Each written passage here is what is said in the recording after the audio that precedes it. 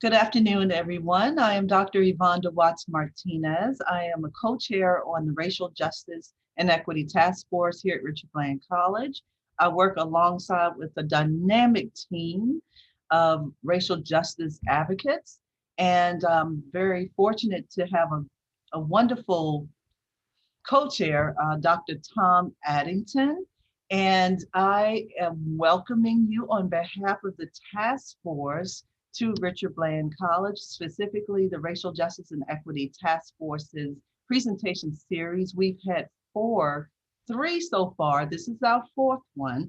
We're so glad you can join us. We hope that you remain close to us as we continue to walk on this journey and to do this work. Next semester, our focus will be on white allyship. And so we are excited today. I saved this presentation for last because it's so high interest and it's so important. And so with that, I'll go ahead and get started, and but not without welcoming you once again. I see some faces pop up that I haven't seen in a very long time, and one knows who I'm talking about, and I'll leave that there. But I'll go ahead and get started with an introduction to today's presentation, which is on Black hair politics. I would like to introduce each of you to Dr. Tasha N. Ely, who is an institutional review specialist at the U.S. Department of Education, where she earned her PhD in language, literacy, and culture from the University of Maryland, Baltimore County, a Virginia native, and first in her family to attend college. Dr. Ely attained a BA in sociology from Christopher Newport University and a Master's of Education in Educational Policy, Planning, and Leadership from the College of William and Mary. Her research explores the manifestation of Black body politics within higher education and in relation to Black women's access and success in college and the workplace. Along with her work at the Federal Student Aid, Dr. Ely enjoys teaching first-year students at George Mason University and University of Maryland's Global Campus, and is a proud member of Delta Sigma Theta Sorority Incorporated. Without further ado, I will introduce you to Dr. Ely. Dr. Ely, would you like to take it from here? And I will certainly share my screen for it. Welcome, everyone. Enjoy. Thank you so much, Dr. Watts Martinez, for that warm welcome and introduction, and good afternoon, everyone. So because this topic is so big and we have a fixed amount of time, I want to jump right in, and I'll start by sharing my hopes for this conversation. A great teacher and thought leader that I know often says that he's not trying to get anyone to think what he thinks or agree with everything he says, but rather he wants them to be able to think critically about the topics at hand. And so I feel the same way about this conversation. For those of you who have experienced some of the things that we'll discuss, my hope is that you'll gain ways to better frame and process and articulate those encounters, and possibly some tools to support yourself and others when you're faced with these situations in the future. And for those of you who may have been perpetrators or silent onlookers of these encounters, I want you to gain an awareness of what is meant by body politics, understand why hair touching is an assault and hence a traumatic experience for Black women, and make connections between these realities and the current social climate, along with some practical action that you can take. Next slide, please.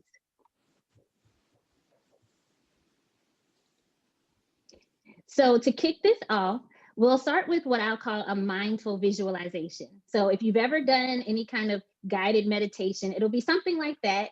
And so if you'll just humor me for a few moments, I promise that there'll be a purpose behind it. So I just want you to get comfortable and listen to the sound of my voice and allow your thoughts and awareness to follow. And if you want to cut your camera off for this portion of the presentation, that's totally fine, so that you can fully engage in the activity. But you can leave it on too. It's up to you. Okay, so I'd like you to close your eyes, and if you can, place your feet flat on the floor beneath you, grounding yourself. Allow your hands to rest at your sides, in your lap, or some other relaxed position. Allow your attention to settle on the sensations of breathing. Breathe in and hold and breathe out. And once more, breathe in and hold and breathe out. It's Monday morning and you wake up early to prepare for work. You have a stakeholder meeting you're leading, so you decide to wear your power suit. You take a little extra time getting ready, giving yourself a wink in the hallway mirror as you head out the door. You look good, and it's going to be a good day. You go through the Starbucks drive-thru to get your daily coffee and make your way to the office.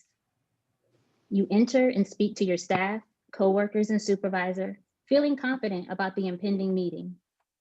About 10 minutes before the meeting is to begin, you head to the conference room to grab a seat, distribute materials, and do a final once-over of your notes. A few moments later, one of your staff members enters the room, also grabs a seat, and says hello. As they do so, they reach out and grab a clump of your hair, commenting on how soft it is. You're stunned, but don't have much time to respond or react, as by now others have joined the room and the meeting is about to begin. Another day in the office, you're sitting at your desk typing a document and your supervisor enters. Noticing you've done something different with your hair, your supervisor reaches out to feel it. You're again shocked, but stuck in the moment, unsure how or if to respond, considering if you do, and depending on how you do, what the consequences might be. You decide to say nothing, but feel off for the remainder of the day. Sometime later, you've changed your hair again, and your supervisor enters and leans in, reaching out for a touch. This time, you're swift enough to pull back just in time. Your supervisor seems upset, and an awkwardness lingers for the remainder of the day. A week or so later, you and your team are out of the office for a professional development and team building retreat. During lunch, a coworker loudly asks across the table, "Hey, how often do you wash your hair anyway?" Another teammate follows with, "Well, is that even your real hair?" Shocked and embarrassed, you quickly excuse yourself to the restroom and dread returning, knowing you will be expected to actively engage in the remaining collaborative activities. On another day, a senior leader you have regularly worked with on various projects joins your team meeting. When going around the room to take attendance, they pause at you, then utter the name of another coworker who is new to the team and looks nothing like you. When corrected by other staff members, the director says, "Oh, well, you've got to stop changing your hairstyle like that, or I won't be able to tell you two apart." Later that day, you speak to the director one-on-one to express discomfort with the earlier comments and other violations you've experienced. The response is you are being overly sensitive and actually quite aggressive. It's suggested that you take your qualms to HR, but you're told their response will probably be the same. You return to your desk, unable to focus. You leave the office that day feeling detached and unsure of yourself. You feel traumatized and aren't sure why. You end up missing several days of work and may face disciplinary action. Take a moment to focus on your breathing once again. Breathe in and hold, and breathe out. Breathe in and hold, and breathe out. And when you're ready, open your eyes. So you probably weren't expecting to be meditating or doing any kind of activity like that when you joined the session today. But I find this activity impactful because it allows us just a small peek into the persistent, often daily microaggressions Black women face pertaining to their hair, including its texture, its length, and its styling. And this happens in multiple aspects of their lives, especially in professional and academic spaces. So at this time, I'd like you to enter into the chat the thoughts, feelings, any words, emotions, or other things that you experienced when we were doing that visualization. And if you want to send them directly to me, if you don't feel comfortable sharing to the entire group, that's fine. But just drop in there any feelings or thoughts that you had as we went through that. And as I wait for yours to come in, I'll say that in the past, I've gotten things such as anxious. I see annoyance, frustration. I've gotten sad before and I see that again. Relatable, anger and defeat, disappointed.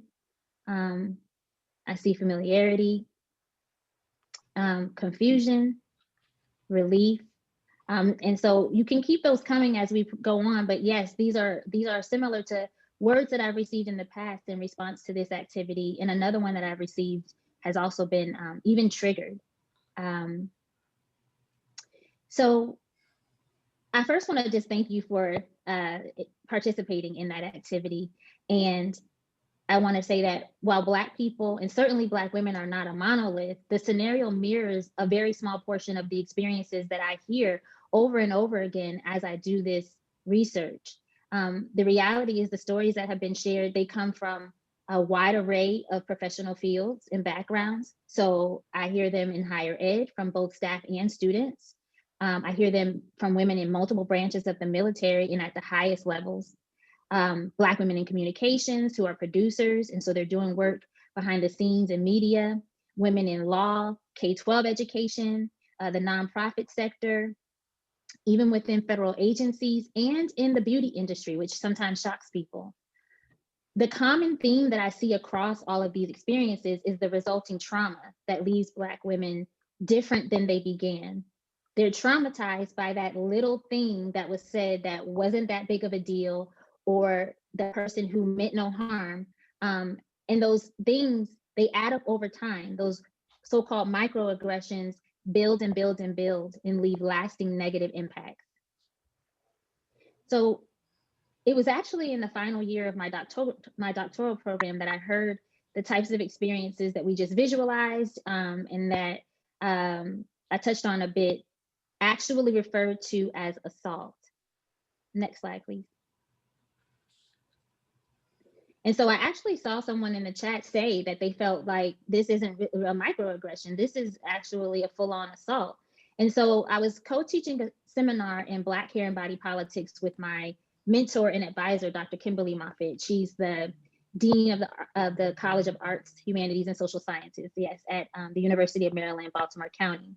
But her saying that is an assault was really profound for me, because after experiencing these things for so long and it, becoming kind of part of my everyday existence, the unwanted touching or the inappropriate call outs in professional settings, and especially when there's that power dynamic involved and it's someone in a supervisory role or a higher level than you that has power over hiring choices or your professional trajectory, or you have that concern and worry that, okay, if I say something, are they going to start labeling me the angry Black woman? And so you're deciding between speaking up for yourself or just remaining quiet to save face or to not be labeled in that way.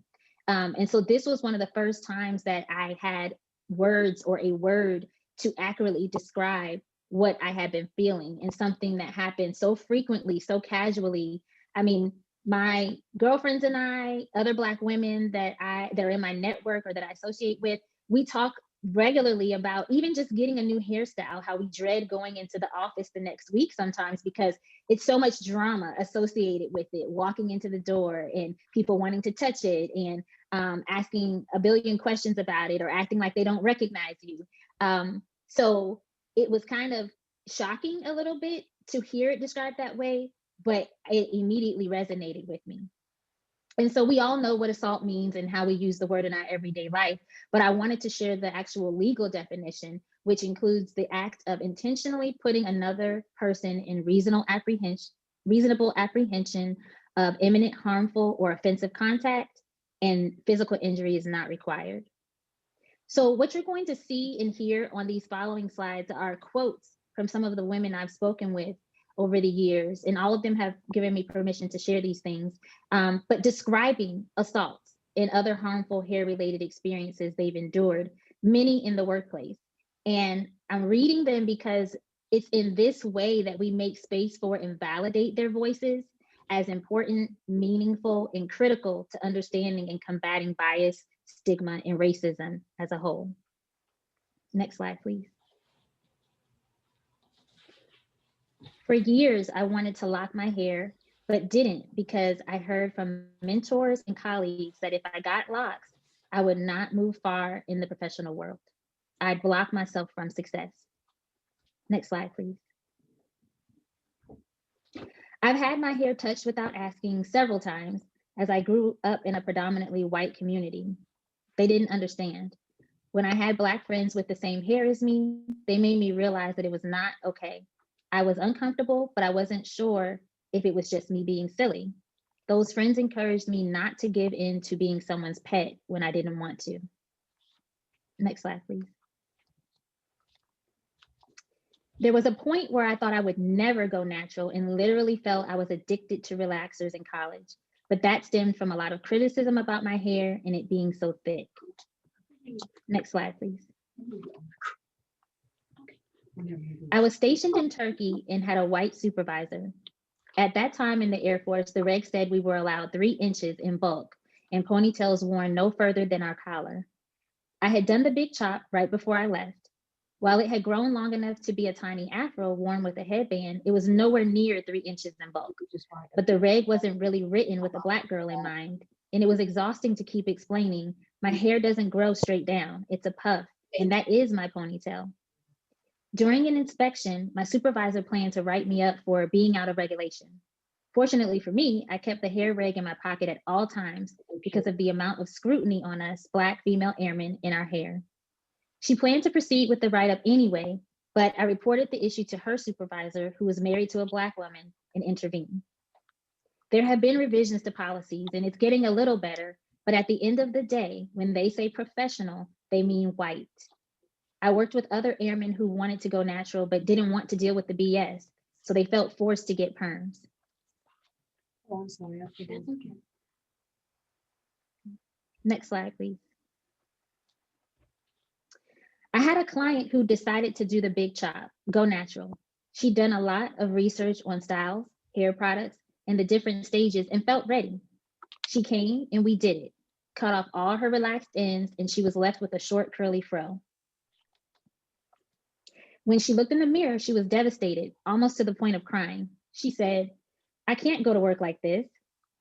I was confused that she has been so excited for the change. Apparently, the reality didn't match up to what she'd seen or visualized in all her research. She said, I'm a lawyer at a firm full of older white men.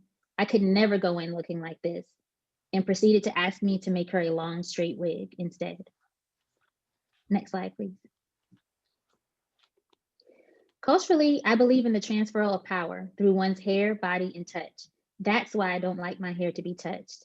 Whether I know you or not, I don't know where your hands have been, and in the past have experienced hair damage and loss as a result of unwanted touching. Next slide, please. During cosmetology school, none of the preeminent textbooks by famous hair companies went into depth about Black hair. We were made to learn on mannequins with straight or wavy hair, never tighter, coarser textures or curls. The standard we had to learn was white hair. I was able to apply the science of hair to various textures, but in the salon of a well-known department store was often forced to take lower price styles, which meant less commission because the white stylists were never required to learn Black hair and had no desire to. This meant sometimes having to service 2 or 3 heads to their one to make the same amount of money. When I transitioned to the classroom, I made it my aim to ensure all my students learned diverse hair types, even if it wasn't required by the state board or for other certifications. Next slide, please. I'm an officer in the Army and find the hair regs to be racist. For many years, they all but forced Black female soldiers to choose between chemically altering their hair in ways that can produce long-term damage or being out of regulation and face consequences for that. Even now, with some of the changes that have been made, I know that if my hair is not slicked back walking into a meeting, I won't be taken seriously. As a Black woman, I know I have to be beyond exceptional. I'm always aware of the space I occupy within the Army, which as an officer is primarily comprised of old white men. Because of my features, I'm over-sexualized and have dealt with a lot of sexual harassment. I'm not going to make myself even more ethnic in their eyes by wearing my hair in its fully natural state, and I want to come across as much as possible as what they deem professional. Next slide, please. So for clarity, and for those who may not be familiar, I just want to briefly provide an explanation of a couple of the terms that were used by the women. So in general, when we refer to Black women's natural hair, we're talking about hair that is unprocessed. Some take that as far as to mean not even colored or dyed, but for the purpose of this conversation, we're specifically talking about hair that has not been processed chemically to alter one's natural curl pattern to make the hair straight, but leaving it alone so that it grows naturally from one's head. And the terms relaxer and perm are often used interchangeably to refer to that process of chemically straightening Black women's hair in the actual product that's used to do that. And so when Black women talk about going natural, we're most likely referring to going from having hair that's chemically processed in order to be straight to wearing it just as it grows out of our head in its natural state. And this is something that can occur over time while we allow the processed hair to grow out. And then eventually, once the natural hair is at our desired length, we can cut off the processed hair. Or we may not worry about whatever length our natural hair is and just cut it all off, cut off all the processed hair. And we're left with what some refer to as a TWA, or a teeny weeny afro. But whichever route a Black woman takes, the processed hair being cut off is an event that we often refer to as the big chop. So those are some of the terms that the women who shared their experiences were referencing. Next slide, please. So why is all this referred to as body politics? Why and how is Black women's hair and body political? So the term body politics is rooted in feminist work and research that studied body language and how it manifests within the power dynamics of certain relationships. So this started off specifically focusing on how men express their power over women's bodies. And over time, it evolved to incorporate institutionalized power over women's bodies. So like reproductive rights, for example. And eventually, body politics came to encompass the control that those in power aim to exert over our bodies and being, and then the troubling that occurs at the individual and societal levels when that power and control is challenged, resisted, and undermined. And so this brings us to why the experiences that we've been talking about are unacceptable, which is majorly entrenched in historical context. So give me a wave or a nod or a thumbs up if you've ever heard or used the phrase context is key. Okay, I see some of y'all nodding. So yes, in a variety of situations in which we're trying to solve or better understand a problem, we often say that, right? Or we're told context is key. And the same applies here. Next slide, please. So the application of power and dominance over in the control and ownership of Black bodies in America can be traced back to slavery. And really it began when white slave traders and owners realized that hair was a major cultural signifier to the various African tribes from which Black bodies were being stolen. So on a basic level, it's much easier to mistreat someone or treat them callously or with indifference when you don't know them, or you see and believe them to be less human than yourself, or you don't see them as human at all. And this is also known as othering them. And so one of the many ways this was accomplished was by quickly stripping Africans of those things that made them unique, that identified them with a particular tribe in a subsequent set of values, beliefs, rites of passage, spiritual practices, and anything else that might have served to empower them via persisting ties to home and family. And so hair was one of those sources of power, and it was shaved off as Africans entered slave ships, and it was labeled in unflattering ways upon their arrival. And it was often required to be covered to reinforce this idea that there was something wrong with it. And also as a reminder that African women were less than. And as a side note, I just want to say that there are so many examples of enslaved Africans finding ways to survive and thrive in spite of their enslavement and the horrendous treatment that they were subjected to. And this is no exception. African women used colorful, beautifully decorated wraps and other fabric to cover their hair in response to these laws, which is a cultural norm that persists within the Black community today. But it's also another source of cultural appropriation by white women who have tried to claim these wraps and present them as a creation of their own and even monetize them at exorbitant prices. But I digress. That's a topic for another day. But back to the dehumanization of Black bodies, by stripping African men and women of these basic aspects of their humanity, it made it easier for white slave traders and owners to put them on auction blocks, to make them strip and be touched and probed, and to tear their families apart, to conduct medical experiments on them with no anesthesia.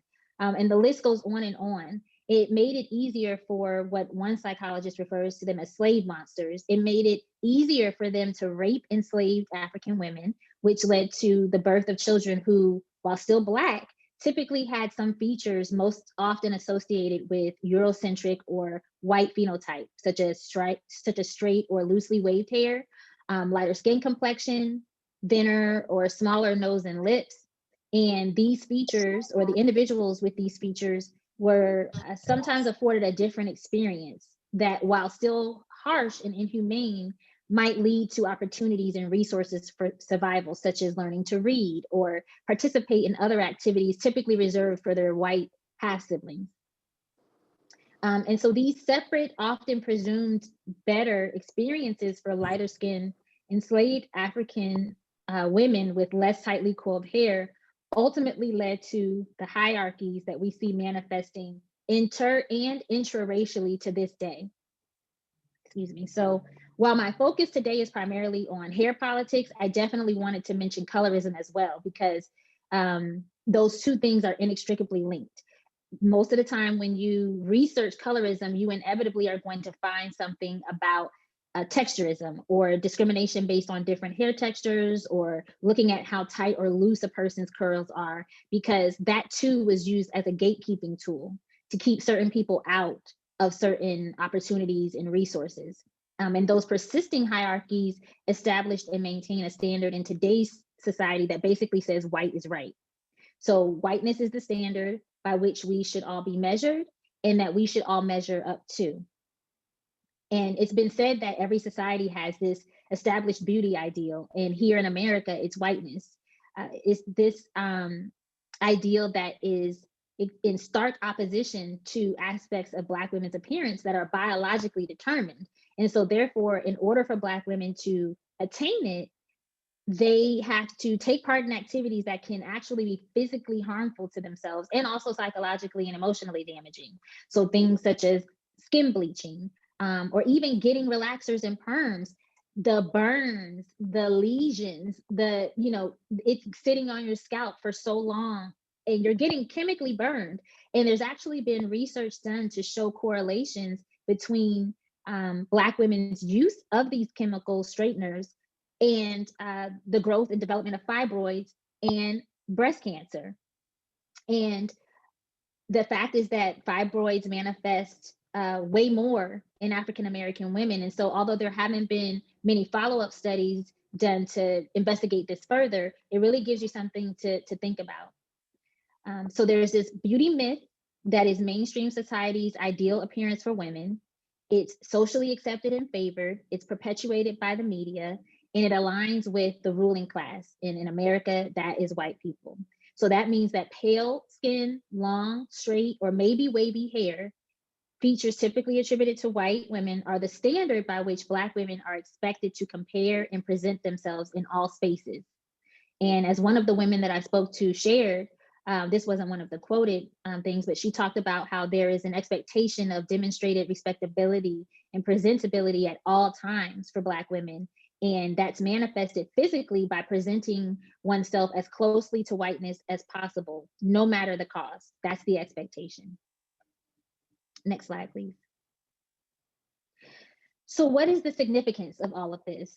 Well, in the 60s and 70s, we saw the various movements, including the Black Power movement, which, among other forms of resistance, encouraged embracing Blackness and all that comes with it as beautiful. So that meant natural hair out in all its glory. Afros, big and small, were proudly worn by many Black people as symbols of racial pride. And eventually that period died down where there was this cohesive movement, because as Blacks strived for success and accomplishment and attainment, many had to revert back to complying with accepted beauty and professional standards in order to get ahead. And that meant minimizing or cutting those froze and quieting outspoken voices, and even dressing demurely. So basically muting themselves in order to be accepted and get ahead. But since the early 2000s, there's been this gradual shift back toward embracing natural hair, specifically and especially for Black women, and it's picked up steam ever since. Younger millennials, Gen Z, they've prioritized embracing one's true self, self-love, self-acceptance, and resisting behavioral impositions and value systems that negate their well-being and acceptance. So what does this matter? Well, it means that you've probably seen and will continue to see an uptick in Black women wearing their hair natural as it grows out of their head, or in culturally rooted Black natural styles like braids, faux locks, Senegalese twist, the list goes on and on. And you'll be seeing this in a variety of settings, including professional and academic settings. And then there's this buzz phrase, representation matters, which is also critical. You may also see an increase in natural hair and styles in the workplace because Black women know that representation matters. Little girls, college-aged women, even other grown women need to see others like themselves being their fully authentic selves, succeeding and winning. And that's why I make it a point in my classrooms to, wear my hair naturally, unapologetically. And the number of young Black women who come up to me regularly every semester, thanking me for doing that, for letting them see themselves in me. And they're excited to see someone who looks like them, does their hair like them, who they can connect to in a way that they can't with their white professors, and who are encouraged by the fact that in spite of feedback from career center staff, some professors, even family members saying that their hair isn't professional or they're not going to be able to get a job wearing their hair like that, they see someone who looks like them thriving in a professional setting, wearing all kinds of natural styles. So they often are, expressing thanks for that. And they even sometimes, if they're like out of state or, not from the area, will ask me for referrals on best beauty supply stores or stylists. And so being able to be a resource for them on something that's so critical, but is not supported by any formal resource or office or established system at their institution, that brings me much satisfaction and reward.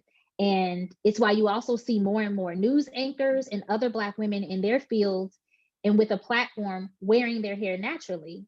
And it's why you saw images and videos of young Black girls glued to the TV when Vice President-elect Kamala Harris was speaking, because representation truly matters. So you're bound to see Black hair in all its glory in more and more spaces you inhabit, because as Black women, we're tired of incessant efforts to fit a mold that wasn't made for us. And now, as you're graced with the pure, unadulterated essence and presence of Black women manifested through our hair, it's incumbent upon white people to admire from afar, keep their hands in unnecessary, insensitive, ignorant comments to themselves. And as simple as that sounds, and as simple as it should be, it continues to be an issue for many of our white counterparts and for Black women on a regular basis. And that's why this discussion is significant. So now that we have a clear vision of what is many Black women's experience regarding their hair, context for those experiences and why they and their bodies are political, and the significance of the topic, the next question is, what now? Like, what does all this mean for you? And I think it's first important that we as Black women know that we are well within our rights to defend ourselves from any type of assault, including unwanted hair touching. Just like we preach the importance of consent for other forms of touching, consent to touch any part of someone's body is a must. And so Black women must know that they are right to call out the behavior and report it. At the same time, let's be for real. The likelihood of many Black women feeling safe and secure enough in their job or other social settings is often slim, whether it be due to fear of retaliation or general embarrassment and concern that there'll be diminished confidence in their ability to do their job, or they might have trepidation, as I mentioned earlier, about being labeled an angry Black woman and how that might impact their current work environment or, prospective opportunities. And so that's okay, because as a victim of an assault, the onus is not on you to call it out. However, if you do, as much as possible, really try to do so in confidence, knowing that what you've experienced is not insignificant, you're not alone, and you're not being overly sensitive. And even if you are being so-called aggressive, it's warranted. And so with that said, what about the non-Black audience members today? Like, what do I hope your takeaways are? Next slide, please. So one thing for certain, the main thing is accountability. We know that ignorance is never really an excuse for poor behavior, and it certainly isn't a legal defense, but it's often used as the scapegoat for any number of violations against Black people and their bodies. For example, it's often used to support unfounded fears in the wake of an unwarranted assault or killing of a Black person. And although this has been a high level overview of the issue in its history and context, ignorance is just no longer an excuse. And so instead, these are some action items that I encourage you to consider and execute moving forward. Next slide, please. Oh, I'm sorry, you can leave it there. I'm sorry, Amanda. So one, let's keep it 100, okay? Hair touching is a microaggression rooted in racism, and thus it is a racist act. It is an act rooted in white individuals' mere existence and privilege as a white individual that leads to this internalized belief that Black bodies belong to them and exist at their mercy. And in understanding that however they choose to interact with Black bodies or impose themselves on Black bodies, there will be no penalty. So at the end of the day, it's racist, period. And if you need additional convincing, consider Sarkey Bartman, also known as Sarah Bartman. Some of you may be familiar with her story, but for those of you who aren't, Sarah Sarkey Bartman was an African woman who was exploited for European entertainment. She was referred to as the Hottentot Venus.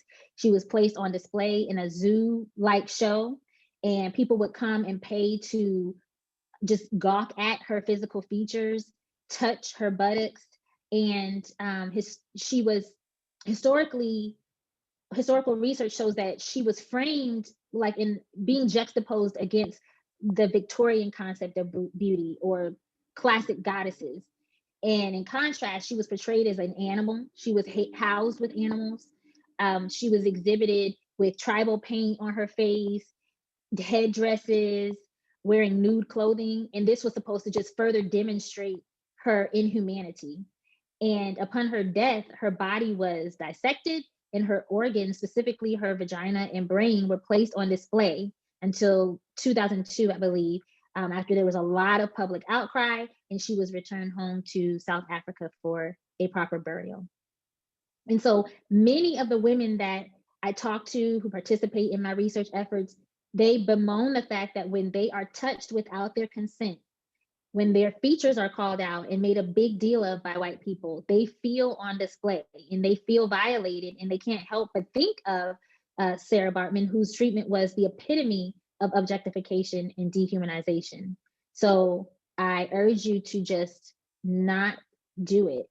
You don't want to take part in making someone feel othered, like they're an animal in a zoo, because you've decided that satisfying your own curiosity is worth more than their entire being, existence, and right to safety. And then second, when you see someone else doing it, call it out. Don't place the onus on your Black colleagues, friends, associates to do it themselves, because we already discussed a number of reasons why they may not feel comfortable doing so. And sometimes this has been translated as, oh, well, it wasn't that serious. And that's just not the case. So definitely call it out when you see it.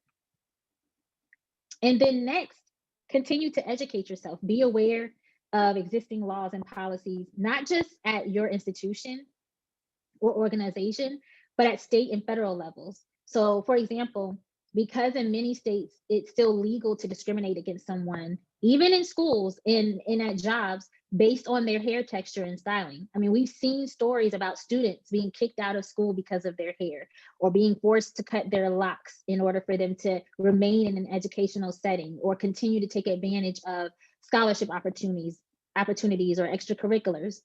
And we've also seen the passing of the Crown Act. And I believe as of October, there were 7 individual states that had passed it, and most recently it passed in the House of Representatives and is at the Senate as a bill to be voted on. And so for those who aren't familiar, CROWN is an acronym for Create a Respectful and Open World for Natural Hair. And the act prohibits race-based hair discrimination, which is the denial of employment and educational opportunities because of hair texture or protective styles, including braids, locks, twists, or bantu knots. It was created in 2019 between the Crown Coalition in conjunction with Dove, the National Urban League, Color of Change, and the Western Center on Law and Poverty.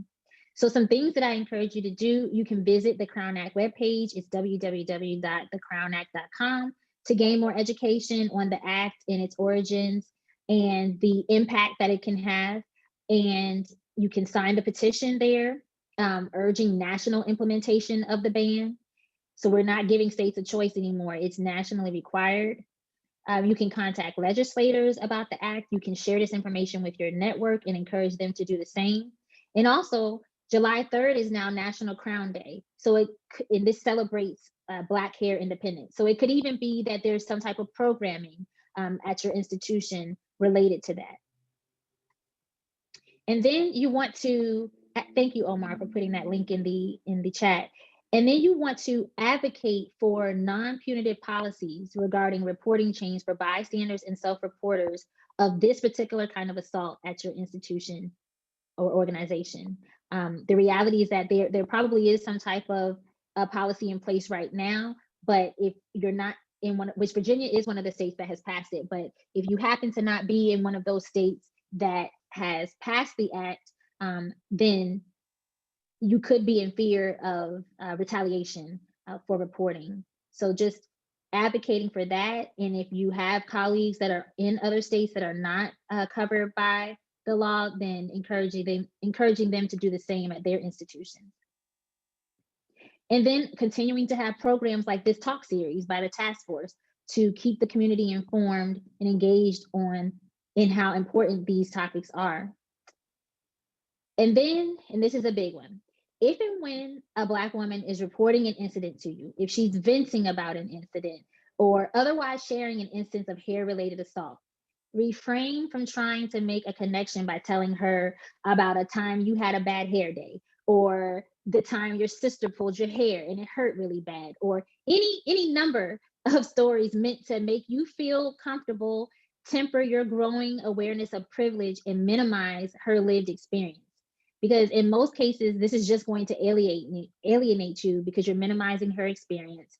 And you may have heard people say, things like, oh, this isn't the oppression Olympics. Like, that's not what we're trying to do. And when you acknowledge the historical context that we've discussed today, your experience with getting your hair tugged or having a frizzy hair day does not rise to the level of assault or trauma because they're not rooted in hegemony or the dominant power's need and desire to maintain the status quo.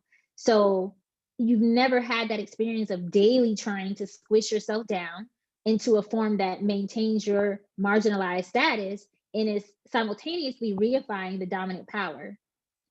So I would just encourage you to, if a Black woman comes to you with something like that, listen to understand, not respond.